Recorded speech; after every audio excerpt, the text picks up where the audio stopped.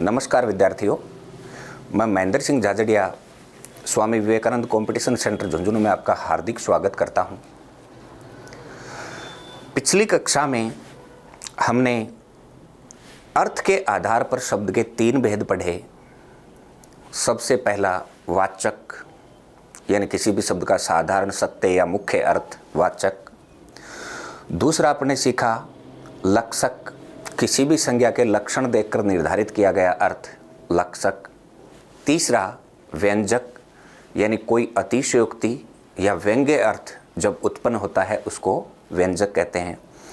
आज इस शब्द की परंपरा में जो एक प्रकार से मैं ये कहूँ कि रीढ़ माना जाता है शब्दों में, उत्पत्ति के आधार पर शब्द के 5 भेद। कल हमने पढ़ा था अर्थ के आधार पर, आज अपन पढ़ रहे हैं उत्पत्ति के आधार पर शब्द के भेद। इसमें पहला होता है तत्सम,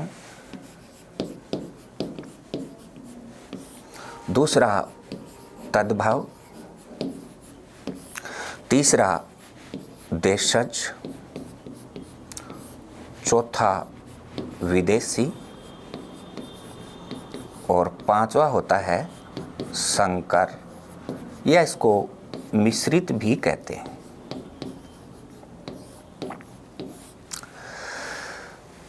यहाँ बच्चों एक तो औपचारिकताएं कभी पूरी मत करना, यानी मैं आपको पहली क्लास से ही जब अपने शुरुआत की थी प्लेटफॉर्म की ऑनलाइन में, तो मैं पहली क्लास जब ले रहा था उसी समय मैंने आपको ये कहा था कि सीख के हर रोज़ चाहे एक शब्द ही जाओ, लेकिन उसको सीख के इस तरह से जाओ कि दोबारा ना सीखना पड़े।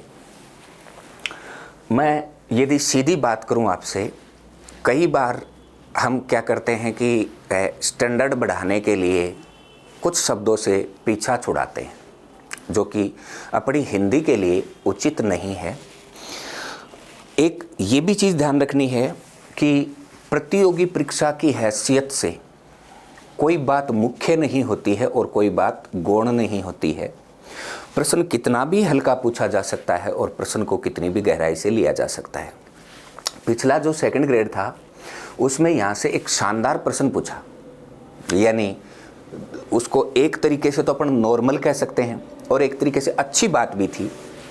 प्रश्न की थ्योरी ये थी कि तत्सम में 2 टुकड़े हैं, एक तत् और दूसरा सम।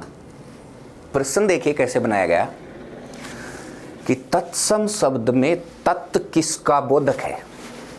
तत्सम शब्द के जो 2 टुकड़े हैं, एक तत् और दूसरा सम, तो इसमें तत् किसका बोधक है। विकल्प थे संस्कृत, प्राकृत, पाली, अपभ्रंश। तो तत् शब्द किसका बोधक था, संस्कृत, यानी तत् शब्द संस्कृत से आया था। तत् का शाब्दिक अर्थ होता है वह, और सम का मतलब है समान। यानी इस पृथ्वी की जो आदि भाषा है, पहली जो भाषा है वो संस्कृत है। हमारी हिंदी में यदि कोई शब्द आएगा तो सबसे पहले संस्कृत से आएगा। ये इसकी थ्योरी क्या है कि संस्कृत का वह शब्द जो बिना किसी रूप परिवर्तन के हिंदी साहित्य में प्रयुक्त किया जाता है उसको तत्सम कहते हैं। संस्कृत का शब्द जब बिना किसी रूप परिवर्तन के, जैसा वो संस्कृत में था वैसा का वैसा अगर हिंदी साहित्य में आता है तो उसको तत्सम कहा जाता है। जैसे एक शब्द आता है अग्नि। मैं जब भी इसकी भूमिका याद करता हूँ, क्लास में इंटर होते हैं अपन, तो मुझे ये उदाहरण सबसे पहले याद आता है, क्योंकि जो अनुभव से गुजरी हुई चीज़ है उसको समझने में आसानी होती है। दोबारा देखिए, तद्भव दूसरे नंबर पर। तत् को ही तद बनाया गया है क्योंकि जसत्व व्यंजन संधि हो गई। किसी भी वर्ग के प्रथम अक्षर के सामने यदि कोई स्वर वर्ग का तीसरा, चौथा या य वर्ग आते हैं तो वह पहला अपने वर्ग के तीसरे में बदल जाता है। फिर तत् का मतलब वह है, और भव का अर्थ होता है निर्माण करना। तत् का मतलब वह है और भव का अर्थ निर्माण किया हुआ।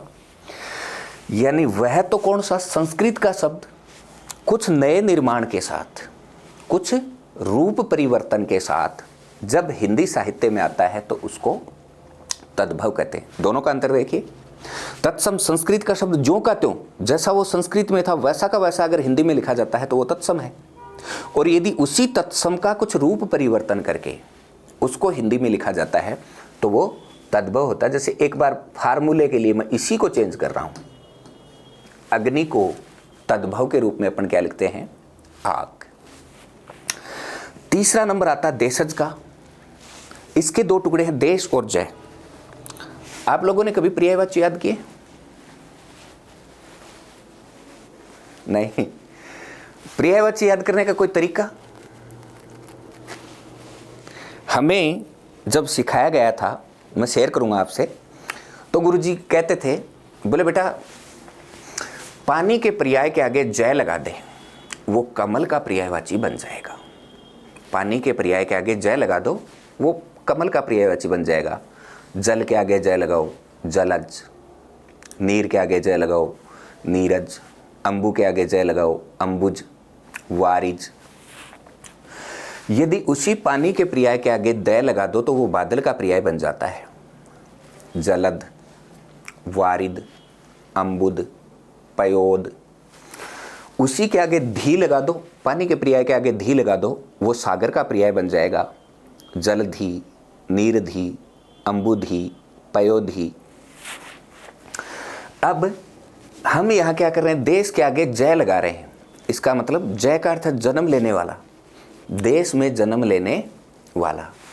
देश का मतलब भी यहां Bharat, Pakistan, America, Japan, Italy नहीं है। हमारा जो क्षेत्रीय वातावरण है, लोकल जो वातावरण है, वहाँ के जो शब्द हिंदी साहित्य में आ जाते हैं उनको देशज कहा जाता है। यहाँ 2008 छात्रावास अधीक्षक की एक एग्जाम हुई, हॉस्टल वार्डन, और उसमें एक प्रश्न पूछा गया कि वे शब्द कौन से होते हैं जिनका कोई स्रोत नहीं होता। उत्तर है देशज। इसका स्रोत है हमारे पास, इतिहास है। कहाँ से आया तत्सम? संस्कृत से आया। तद्भव का भी इतिहास है। संस्कृत वाले शब्द का विकृत रूप तद्भव कहलाता है, लेकिन देशज शब्दों का कोई इतिहास नहीं होता, कोई स्रोत हमारे पास नहीं होता है। तो इसके बारे में हमें तीन चीजें याद रखनी है। पहली बात, वे शब्द जिनका कोई इतिहास या स्रोत नहीं होता। लिख रहा हूं मैं यहां पर, स्रोत या इतिहास। परिभाषा में तीन चीजें याद रखनी है। इनका कोई इतिहास या स्रोत नहीं होता। दूसरी बात, ये किसी क्षेत्रीय बोली के शब्द होते हैं। दूसरी बात क्या याद रखनी है, ये किसी क्षेत्रीय बोली के शब्द होते हैं और उत्कृष्ट साहित्य में इनका प्रयोग नहीं होता। हमारा जो क्षेत्रीय साहित्य होता, जैसे ब्रज है, अवधी है, मैथिली है, इनमें जो लिखा गया है वहां इन शब्दों का प्रयोग किया जाता है। शुरुआत से दोबारा देखिए, संस्कृत का शब्द जब बिना किसी रूप परिवर्तन के हिंदी में आता है तो वो तत्सम कहलाता है। तद्भव उसी संस्कृत वाले का कुछ रूप परिवर्तन करके अगर शब्द प्रयुक्त किया जाता है तो वो तद्भव कहलाता है। देशज शब्दों का कोई इतिहास या स्रोत नहीं होता, ये किसी क्षेत्रीय बोली के शब्द होते हैं और उत्कृष्ट साहित्य में इनका प्रयोग नहीं होता है। अब देखिए, जैसे इसी अग्नि को अगर हम देशज रूप से लेके आए तो अग्नि, आग। मैं आपको इसलिए कह रहा था कि औपचारिकताएं पूरी नहीं करनी कि मैं मारवाड़ी बोल रहा हूँ, मैं मेवाड़ी बोल रहा हूँ, मैं गुजराती, हरियाणवी, पंजाबी क्या बोल रहा हूँ, ये मायने नहीं रखता। मैं सीख क्या रहा हूँ, ये बहुत ज़रूरी है।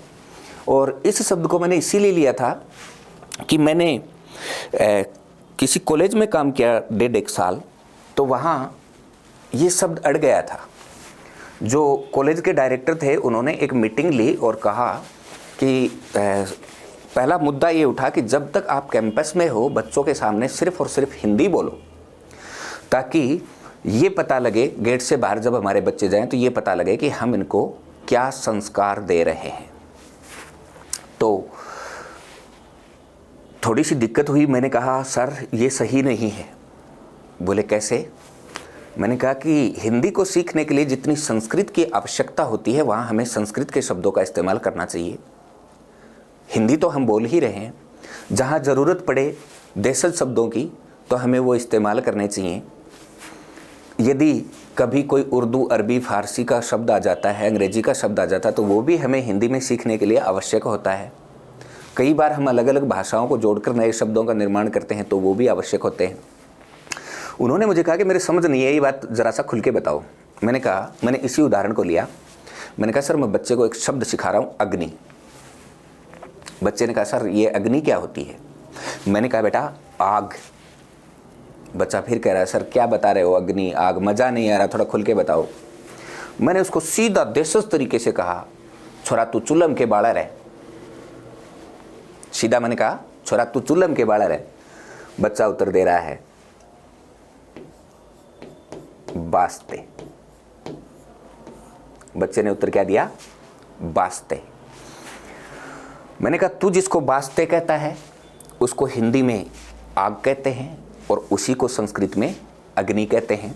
ये तत्सम है, ये तद्भव है और ये देशज है।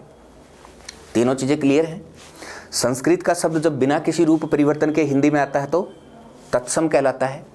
संस्कृत का शब्द जब कुछ रूप परिवर्तन के साथ हिंदी साहित्य में आता है तो तद्भव कहलाता है।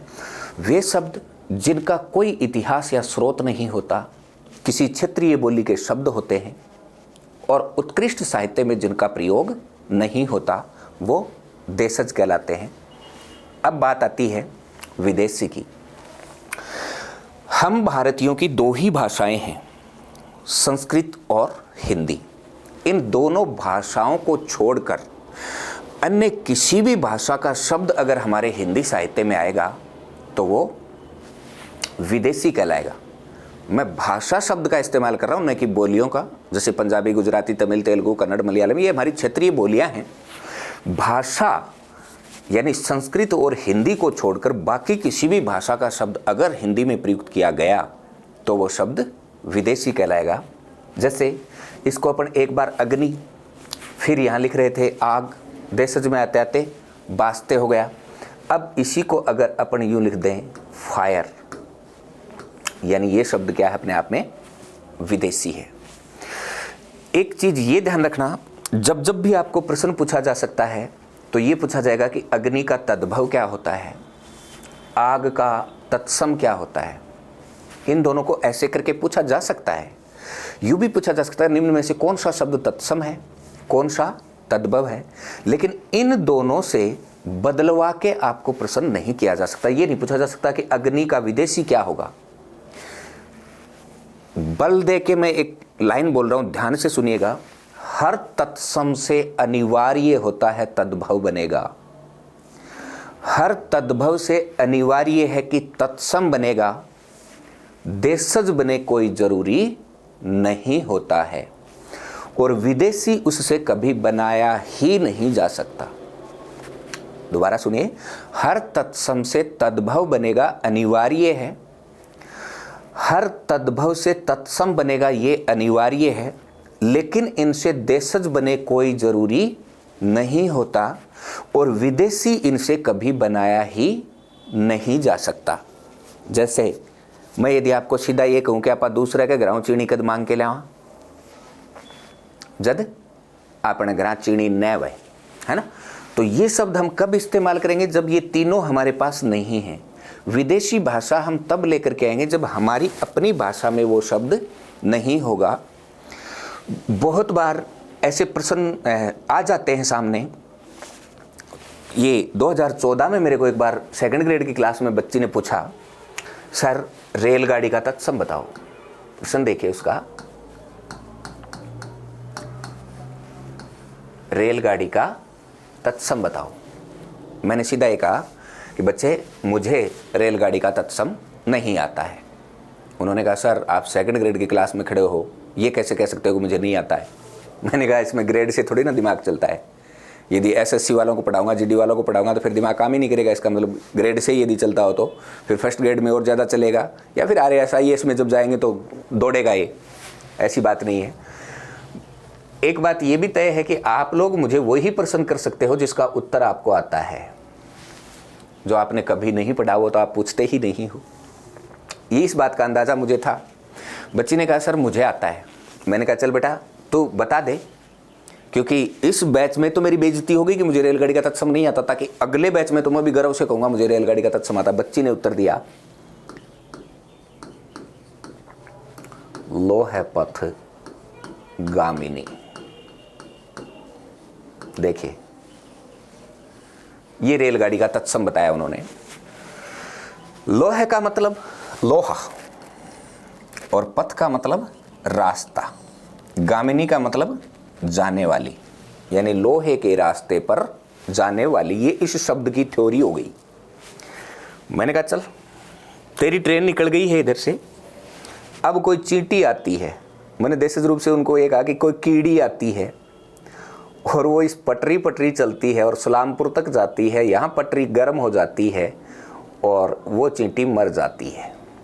यानी गुड्ढा मोड़ से लेकर के और सलामपुर तक जब वो गई तब तक तो वो चींटी भी क्या थी, लोह पथ गामिनी थी। मेरा कहने का मतलब है कि अनुवाद किसी भी भाषा का किसी भी भाषा में हो सकता है, यानी संस्कृत का हिंदी में जैसे हुआ वैसे ही हिंदी का अंग्रेजी में अनुवाद हो सकता है, अन्य किसी भी भाषा में इसको अनुदित किया जा सकता है। ये रेलगाड़ी क्या है हमें पता नहीं था, तो इसको संस्कृत में जानने का एक तरीका बना लिया गया, लोह पथ गामिनी।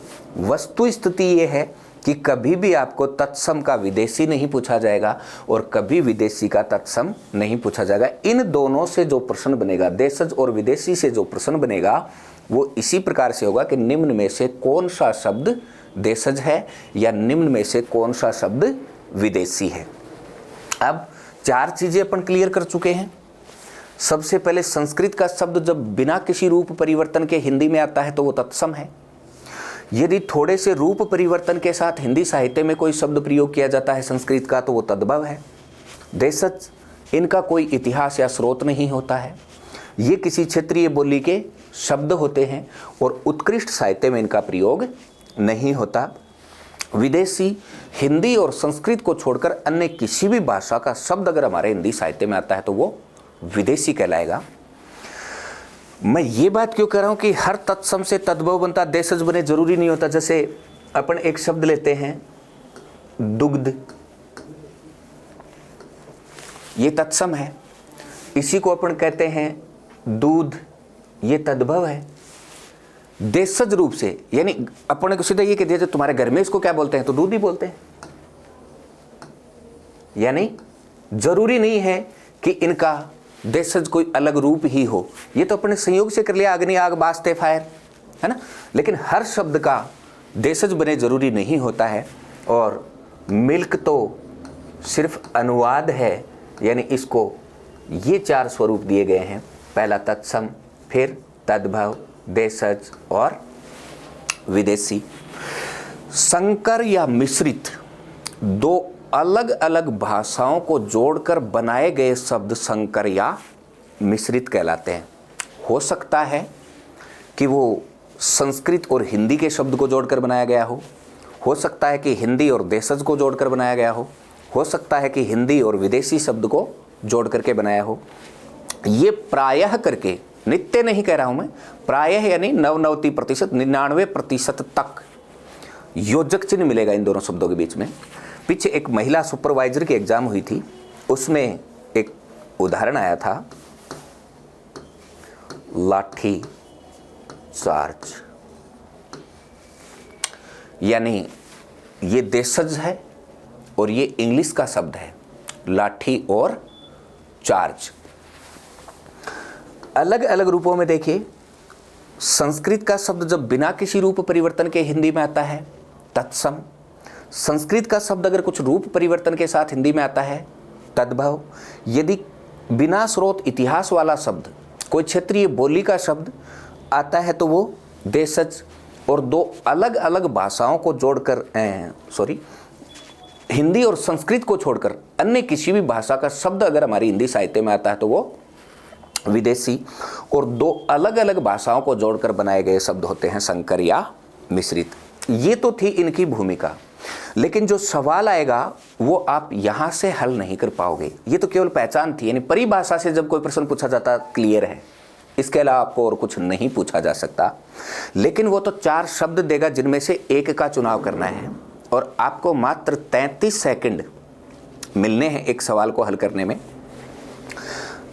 आपको वो तरीका बता रहा हूं मैं जिससे आप 20-25 सेकंड तक अंदाजा लगा लोगे कि कौन सा शब्द निम्न में से तत्सम है और कौन सा तद्भव। कहीं रटने की आवश्यकता नहीं है। आप कोई भी अखबार ले सकते हो, कोई भी गाइड ले सकते हो, कोई भी सहायक सामग्री ले सकते हो। जिस तरह से मैं आपको उदाहरण दे रहा हूं, आप एक बार घर जाके अभ्यास करना। यदि आपको कोई शब्द बाहर से मिले तो जिम्मेदार मैं हूं। यहां पर मैं कुछ शब्द लिख रहा हूं, देखना, अंदाजा लगाना आप। यशोदा, यमुना, युग, यश, यत्न, यम, ये सारे शब्द तत्सम है। सवाल कैसे हल करोगे? सीधा यूं याद रखो कि यह से शुरू होने वाला कोई भी शब्द हमारी प्रतियोगी परीक्षा की हैसियत से तत्सम है। इसी शब्द को देखिए, मैं थोड़ा सा परिवर्तित कर रहा हूं। जम, जसोदा, जमुना, जुग, जस, जतन। अंतर देखिए दोनों में क्या है। आपको 4 ऑप्शन दिए गए हैं, कहीं रटने की आवश्यकता नहीं है। चारों में से ये ढूंढ लो, ये से शुरू होने वाला शब्द सोचो मत, तत्सम है। जो टाइम बचा है अगले प्रश्न को दे दो। उसी शब्द को यदि जैसे शुरू कर दिया गया तो वो शब्द तद्भव बन जाएगा। यानी हमेशा अपना नियम बना लो कि यह से शुरू होने वाला शब्द सदैव तत्सम होता है। उसी शब्द को यदि जैसे शुरू कर दोगे तो वो क्या बन जाएगा? तद्भव बन जाएगा।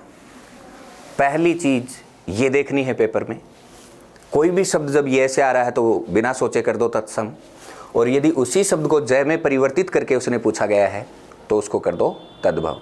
कहीं रटने की आवश्यकता नहीं है। आपका खुद का फार्मूला होगा जो आप शायद पहली बार इस चीज को पढ़ रहे होंगे।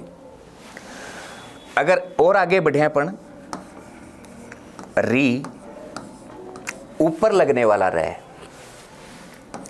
नीचे लगने वाला रह, तालव्य या मूर्धन्य शय, या फिर क्षय, त्रय, गे।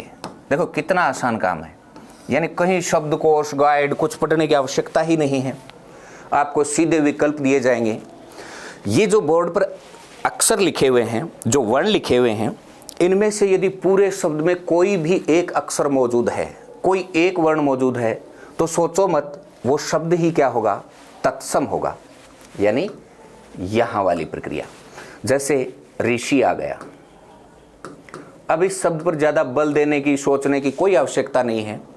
री का मतलब ही क्या है? वो शब्द तत्सम है। या फिर मूर्धन्य से आ जाए तो भी वो शब्द तत्सम है। मान लो कि ये तो सीधा री आ गया। अगर व्यंजन में री लगी होती, जैसे कृपा, कृपण, अब माथापच्ची की आवश्यकता नहीं है। ये तीनों ही शब्द क्या हैं? तत्सम है। सीधा सा तरीका है। यदि किसी शब्द के ऊपर रह लगा हुआ है, पढ़ो मत, वो शब्द भी क्या है? तत्सम है। जैसे कार्य, ऊपर रह लगा हुआ है। यदि इसको यूं कर देते कर्म, तो भी शब्द तत्सम है, ऊपर रह लगा हुआ है। नीचे रह लगाते हो आप, जैसे राष्ट्र, उष्ट्र, ये शब्द क्या है? तत्सम है। तालव्य शय का प्रयोग करते, देखिए यशोदा में तालव्य शय है और जसोदा में दंते शय है। इसी प्रकार यश में तालव्य शय है और जस में दंते शय है। सीधा तरीका याद रखो कि इन वर्णों में से कोई सा भी एक पूरे शब्द में कहीं भी, बल दे रहा हूं मैं इस बात पर, कहीं भी शुरुआत में, बीच में, लास्ट में कहीं भी इनमें से कोई एक अक्षर मौजूद है, उसको पढ़ने की आवश्यकता नहीं है, वो शब्द ही क्या होगा, तत्सम होगा। संयुक्त व्यंजन देखिए, जैसे कक्षा, कक्ष, वृक्ष, वक्ष, क्षत्रिय, ये सारे ही शब्द क्या हैं, तत्सम हैं। त्रय का प्रयोग, संयुक्त अक्षर त्रय का प्रयोग यदि कहीं भी होता है, त्रास, त्राही, त्रुटि, ये सारे शब्द तत्सम होते हैं। ज्ञ का प्रयोग यदि होता है, जैसे ज्ञान शब्द आ गया, तो कहीं सोचने की आवश्यकता नहीं, ये शब्द तत्सम है। यदि इस परंपरा में एक प्रचलित शब्द है, जैसे यज्ञमान, अब देखिए नहीं, कोई बात ही नहीं, यह से शुरू हो रहा है, तत्सम है, या फिर ज्ञ आ रहा है तो भी तत्सम है। यदि इसको तद्भव आप रूप देते तो ये जजमान बन जाता है ना। तो दोनों तरीकों से याद रख सकते हो, यह से शुरू होने वाला शब्द तत्सम है और जय से शुरू होने वाला शब्द तद्भव है। ज्ञ का प्रयोग हो रहा है, इसका मतलब ज्ञ का प्रयोग तत्सम में होता है और जय का प्रयोग तद्भव में होता है।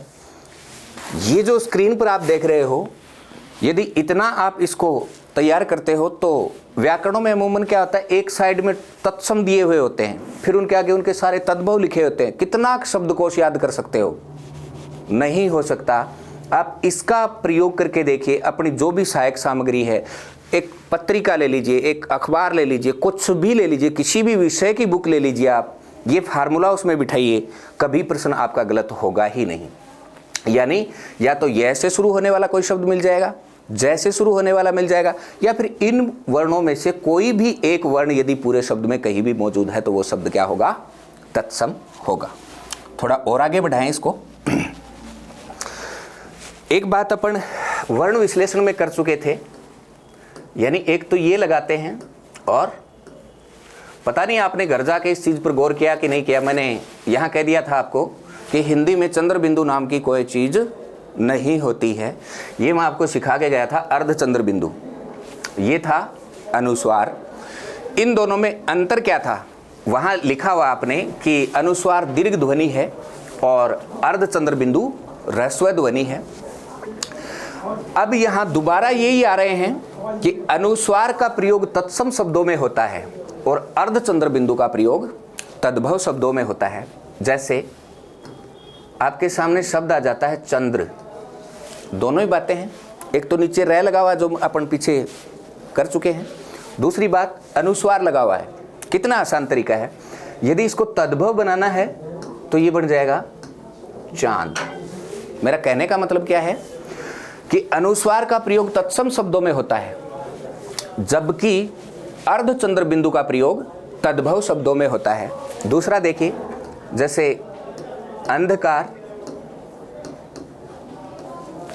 ये शब्द तत्सम है क्योंकि ऊपर अनुस्वार लगा हुआ है, और यदि यही तद्भव के रूप में आएगा तो इसको अपन यूं कर देंगे ना, आंधी।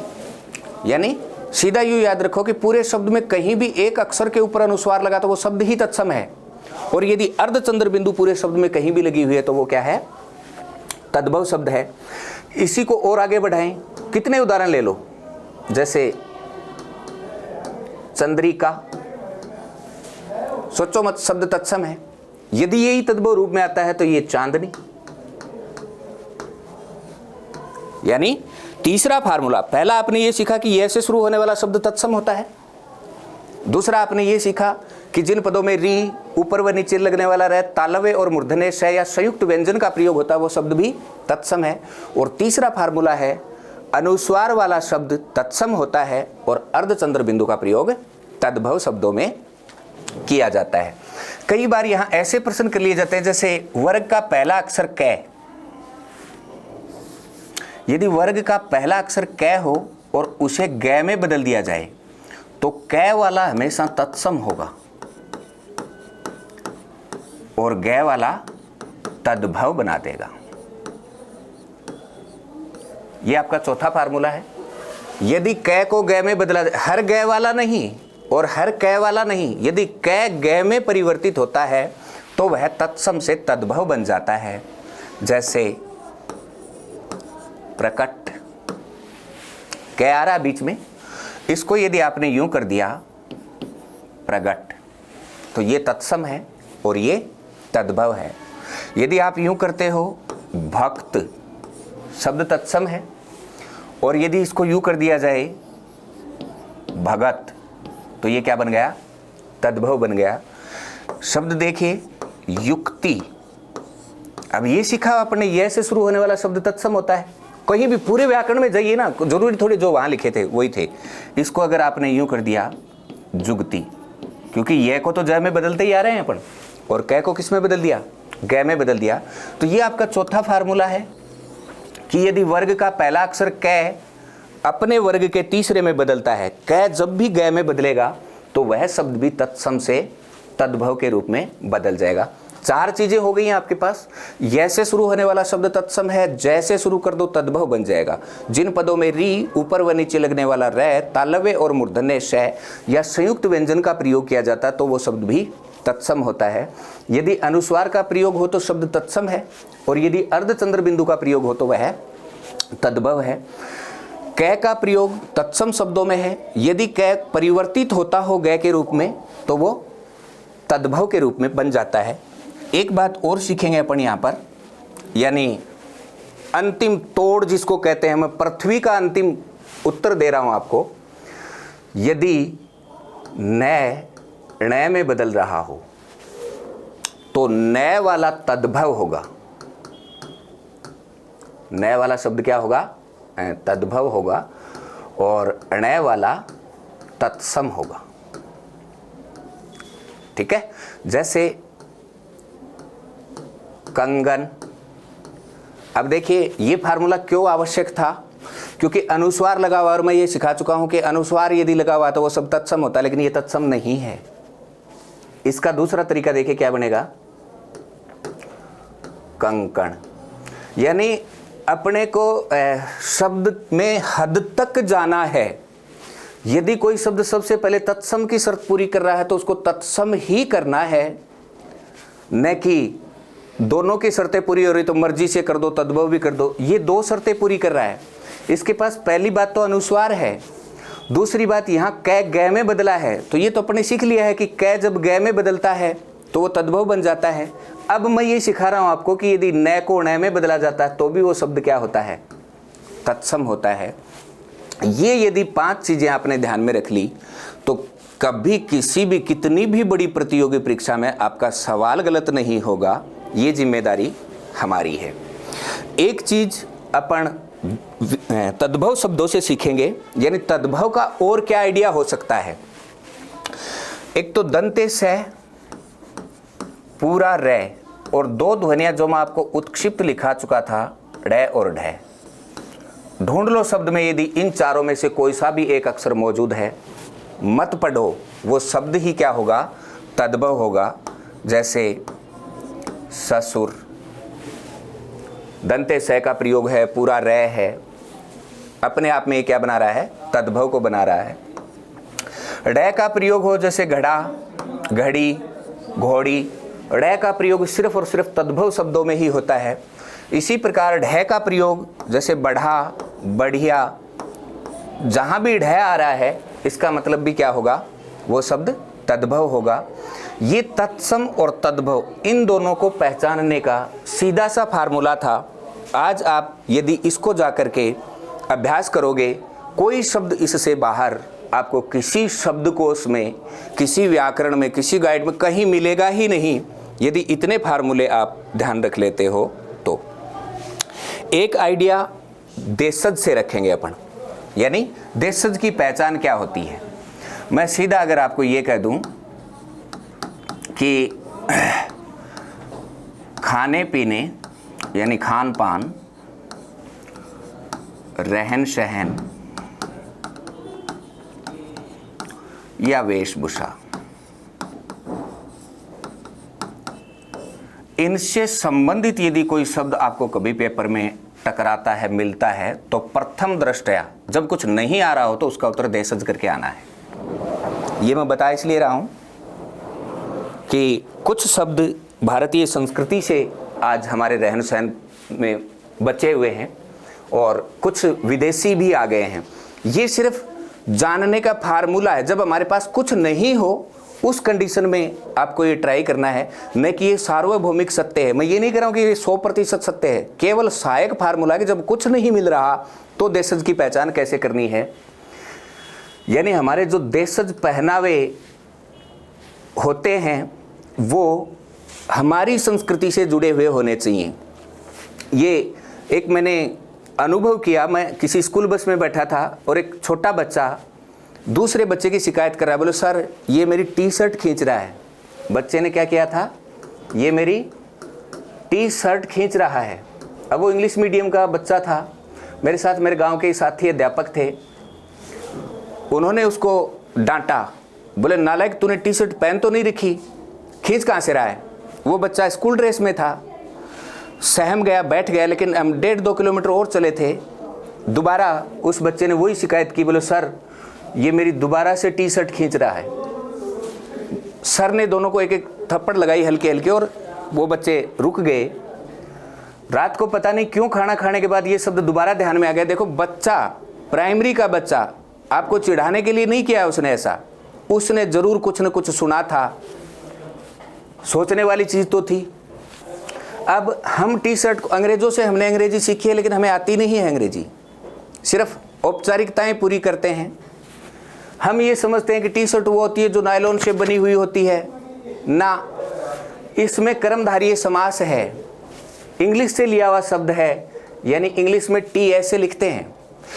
और इसका नतीजा ये था कि टी के आकार में है जो शर्ट, उसको कहते हैं टी शर्ट। और वास्तव में उस बच्चे ने टी शर्ट पहन रखी थी। आज हम सब ने टी शर्ट पहन रखी है, यानी अपनी बाजू को यदि हमने यूं कर दिया तो हम टी शर्ट पहने हुए हैं। बच्चा सही था और हम गलत थे उस समय। तो मेरे कहने का मतलब है कि ये हमारा भारतीय पहनावा नहीं है। लॉर्ड मैकाले जब गवर्नर जनरल बन के आया था और जब वो यहाँ से लौट करके गया, उसने विक्टोरिया को एक पत्र लिखा था, बोले मैं आज भारत में एक ऐसी व्यवस्था स्थापित करके आ रहा हूँ कि आने वाली भारतीय संततियाँ सिर्फ रंग रूप से भारतीय होंगे, बल्कि इनका रहन सहन, खान पान, वेशभूषा सब कुछ इंग्लिशियन होगा। और वो आज हो रहा है। तो इस प्रकार के शब्दों से परहेज करना है, ये हमारा पहनावा नहीं है। मैं जो उदाहरण आपको यहाँ बता रहा हूँ, हमारा पहनावा क्या था, खाना क्या था। आप आया खान लगातार बाजरा, धोती, भिंडी, टिंडा, मतीरा, तोरू, काकड़ी, खरबूजे, रजाई, गुदड़ा, लहंगा, पीड़ा, पोमचा, चाड़का। यदि इस प्रकार के शब्द आते हैं, पिछले 2nd ग्रेड में पगड़ी के बारे में पूछा गया, निम्न में से देशज शब्द कौन सा है, तो उसका उत्तर पगड़ी था। ये हमारे शब्द हैं, न कि टोपी, सूट, बूट, टाई, बेल्ट। ये हमारा पहनावा नहीं है। भारतीय होने के नाते हमारी संस्कृति से जुड़े हुए जो रहन सहन, खान पान से संबंधित शब्द हैं वो देशज में गिने जाएंगे। ये आपके पास आइडिया रहेगा। एक चीज मैं यहाँ विदेशी से सिखाना चाहूंगा आपको, कानून। कानून से जुड़ा हुआ कोई भी शब्द विदेशी होता है यदि वह, ध्यान दीजिए इस पर बल दे रहा हूं मैं, यदि वह संस्कृत के उपसर्ग, प्रत्यय और संधि का उदाहरण न हो। कानून से जुड़ा हुआ कोई भी शब्द विदेशी होता है यदि वह संस्कृत के उपसर्ग, प्रत्यय या संधि का उदाहरण न हो। जैसे अपन ने एक शब्द सीखा कोर्ट, ये शब्द विदेशी है। यदि इसको मैं यूं कह दूं कचहरी, ये शब्द विदेशी है। यदि इसको यूं कह दिया जाए अदालत, तो भी ये शब्द विदेशी है। यानी कानून से जुड़े हुए शब्द विदेशी होते हैं। लेकिन अगर इसको यूं कह दिया जाए न्यायालय, देखिए अंतर क्या है। मैं आपको ये तो सिखा रहा हूं कि कानून से जुड़ा हुआ शब्द विदेशी होता है, लेकिन इसके साथ साथ ये चीज मैं बल दे रहा हूं कि वह संस्कृत के उपसर्ग, प्रत्यय या संधि का उदाहरण नहीं होना चाहिए। इसमें दीर्घ संधि हो रही है, न्याय प्लस आलय। संस्कृत का नी उपसर्ग भी है। इसका मतलब संधियों के सभी उदाहरण तत्सम होते हैं। संधि और उपसर्ग प्रत्यय के अलावा कोई भी कानूनी जो शब्द होगा वो शब्द विदेशी होगा। अपन यूं कहते हैं वकील, सोचो मत शब्द विदेशी है। अगर इसको यूं कह दिया जाए अधिवक्ता, अब देखिए इसमें संस्कृत का उपसर्ग लग गया अधि, इसलिए ये शब्द तत्सम है।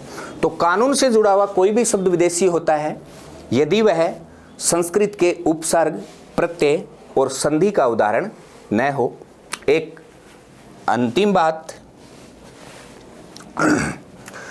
हमने वर्णों में आगत ध्वनियां पढ़ी थी 5, कै, ख, ग, ज और फे। मैंने वहां पूरा विस्तार से बताया था आपको कि ये हमारी हिंदी में 5 आगत ध्वनियां हैं। आपको यूं याद रखना है, पूरे शब्द में यदि किसी भी एक अक्षर के नीचे नुक्ता लगा हुआ है तो उस शब्द को पढ़ना नहीं, वो शब्द ही विदेशी है।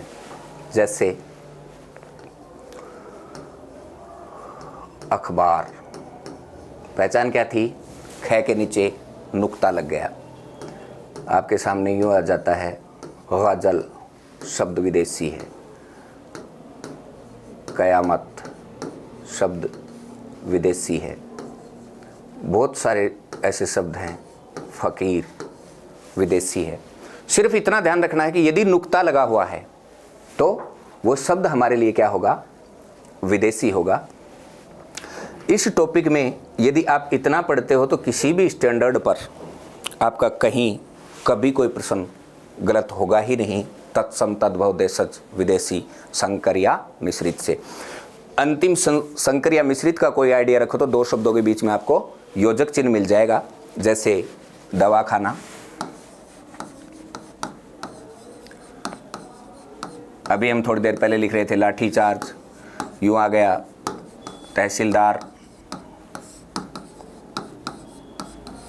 तो ये अपने आप में क्या है? संकर या मिश्रित। आज के लिए इतना ही।